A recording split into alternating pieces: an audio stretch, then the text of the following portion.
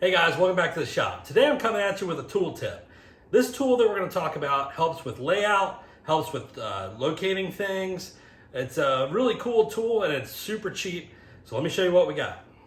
So let's say you got an aluminum plate that you're trying to transfer these bolt hole locations and the shaft hole location. This would be your go-to, right? Using a scribe, go around the outside, try to scribe the inside. Well, let me show you something that's more accurate. What you can get is this baby right here. It's called a transfer punch.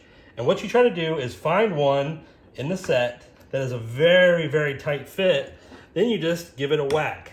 And what it does is it transfers the center of those locations. And they come in a whole set. You can get them real cheap on Amazon. They're decent quality. They'll last quite a while. And use the correct size for each hole, and it gives you a center to drill your location. So they're super cheap, very effective, very handy to have around.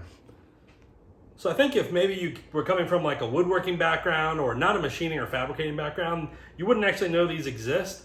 I thought it might be handy for some of you guys out there.